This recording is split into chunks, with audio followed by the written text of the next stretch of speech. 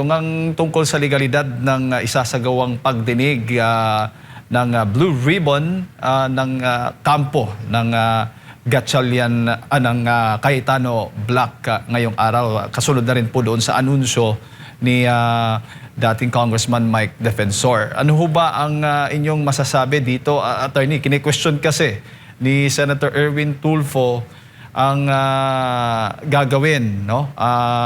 Itong Blue Ribbon na hearing.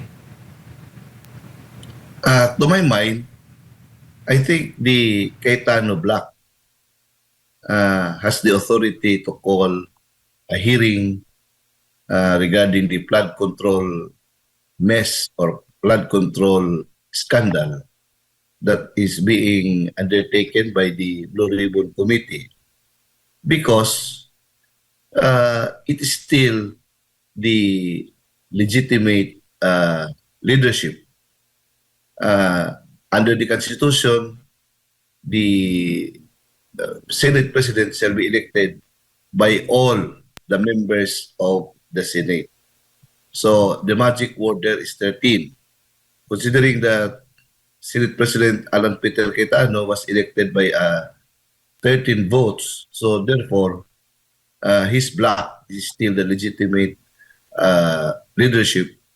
And then the Blue Ribbon Committee that was being formed and organized under his leadership can very well investigate and take action within its mandate.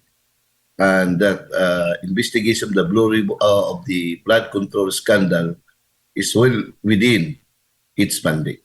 Opo. May tuturing pa rin hubang official na Senate hearing itong gagawin nga na Blue Ribbon sa labas po ng Senado? Yes.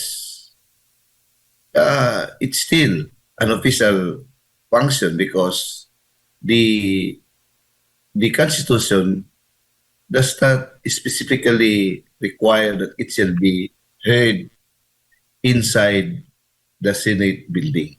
As long as it's being heard and investigated by the senators themselves, they can even choose a venue of their own choice.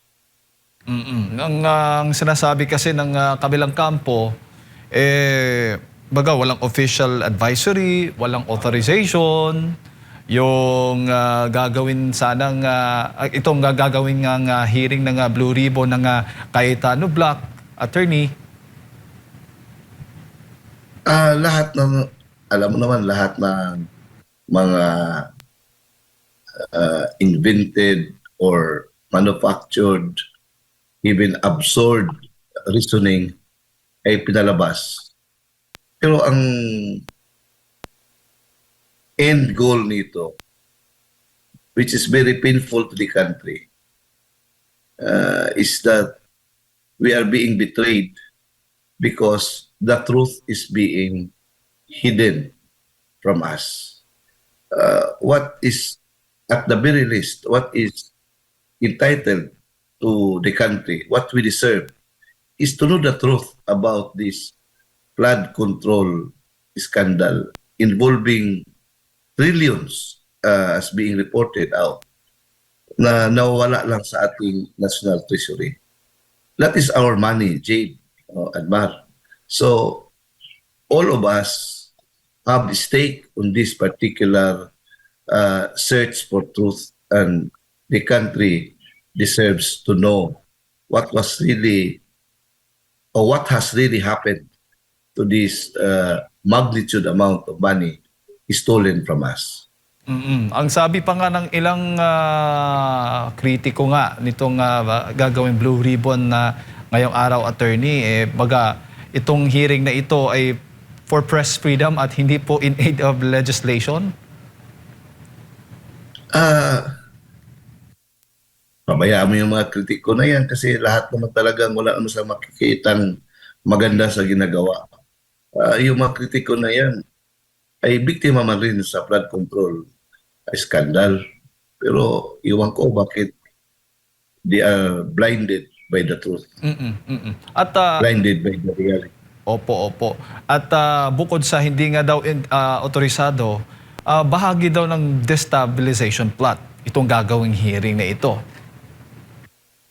Bakit ba to find out the truth is already stabilization? Di ba part and parcel yan sa ating democracy? In fact, freedom of expression, ang pinaka uh, core or spirit ng freedom of expression is to find out the truth. Yan yung philosophical basis ng freedom of expression as expressed in the case of US versus Abrams. To find out the truth in the marketplace of ideas. Opo, opo. Pero ang problema, attorney, o yung malaking hamon pala, nagbabala mismo itong NBI director na si Matibag na maaring maharap po sa mga kasong perjury, libel, defamation at maging usurpation of authority yung mga kalahok saan ay hindi lehitimong Blue Ribbon na hearing daw kung mapapatunayang wala itong legal na batayan. Anong masasabi po ninyo doon? Uh, well, if that is his thinking, gawin niya yun. Depende na yan sa mga senators kung they will blink. Pero kung they will really, if they are really true to their what they swore before they became senators, to serve the country, to faithfully follow the Constitution, I don't think so na matatakot sila sa ganung mga threats sa gobyerno. Ang nakakalungkot din, attorney, kasi mismo ang Malacanang, ang mga government agencies, ang kinikilala ay itong Gatchalian na black at hindi po itong Cayetano Black na Blue Ribbon na hearing. Anong maging problema po nito?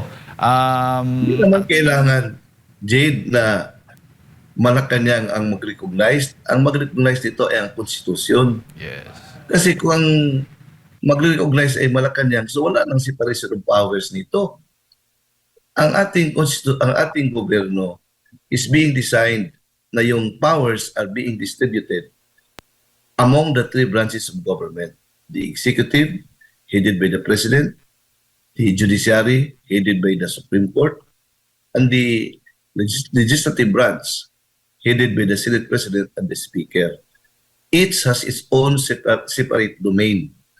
Now, hindi po pwede na kailangan i-recognize ka sa isang department para lang to gain your legitimacy.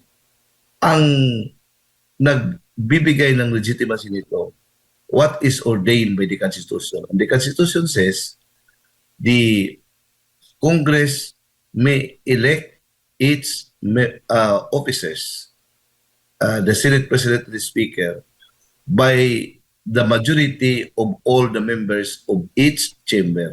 So malinaw na yung Cayetano Black being elected by 13 has the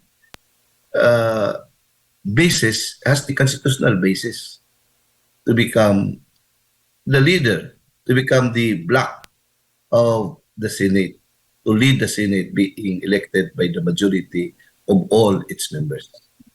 Opo, attorney.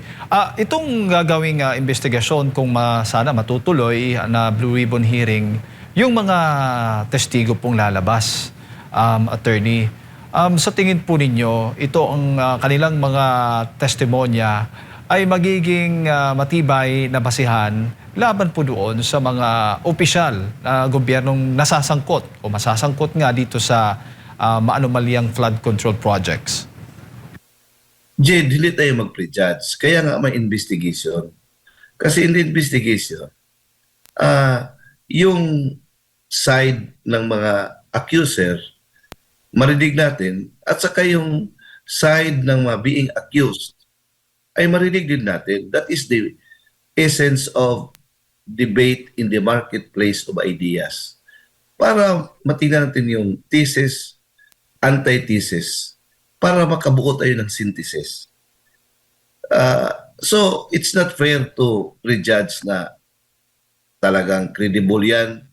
That's why may hearing to subject it to the test of credibility.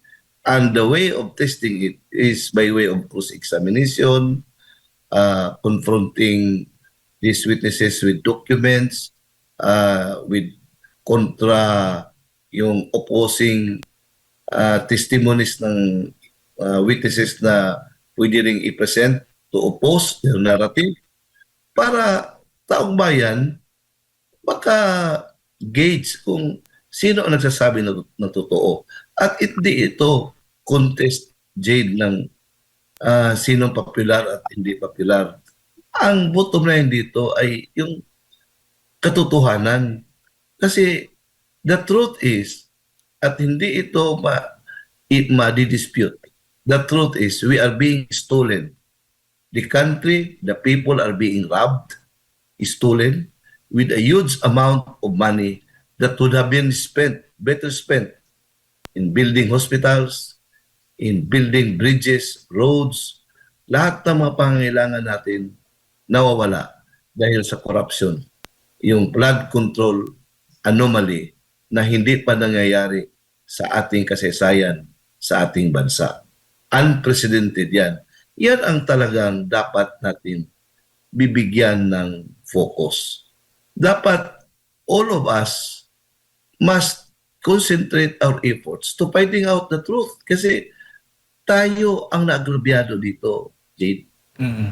So hindi ito contest ng popularity. Kung sino ba sikat, kay Tano Black ba o Gatchalian Black. Dapat Pilipinos, yung karapatan natin. We are already betrayed. We are already a broken nation. We are a betrayed nation.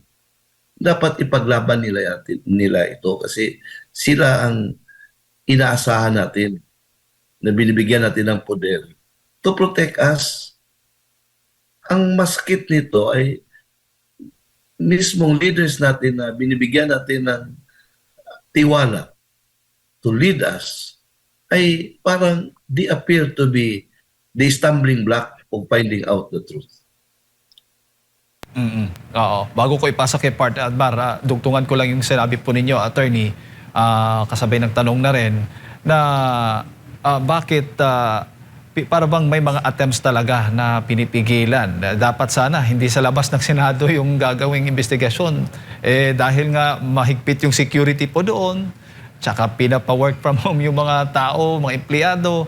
Kaya nagkakaroon po ng mga ganitong mga investigation na sana ay doon mismo sa loob. Pero nakikita po, anong tingin po ninyo? Bakit may mga attempts na talagang pinipigilan itong hearing ng Blue Ribbon? Jade, alam mo na ang rason nito eh. You've been a witness, you have seen it, you have felt it. Nakita natin talaga, this is not new to us. That alam natin talaga, masakit ito dahil tanong mo kung anong rason?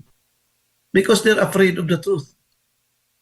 Maybe the truth will destroy them.